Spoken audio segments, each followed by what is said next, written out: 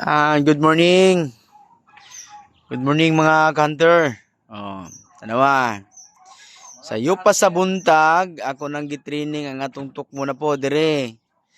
Kaya dito naman isa sa sulod permente, karon ato na siyang gigawas, ato na siyang gitraining pabatog-batog para matuto gid sa paano mo batog og kahoy nga dili magsigig lungas. Tanawa karon Dili kay siya iglas na. Tama-tama na. Pagunit naman siya. So ito pa, hapit na gini sa matraining og sayang tali. Kabalo lagi siya nga nasa tali. Manang ato na sa practice maayo gyud para mahimo gyud nato ning katihan na pudpohon. Lalaking lalaki kayo si Tukmo, di ba? Shout out ko sa akong mga followers da, no? Sila si Kaidol. Og si Mix Vlog, og si Irwin dia nga akong amigo nga tag-iya ni ini.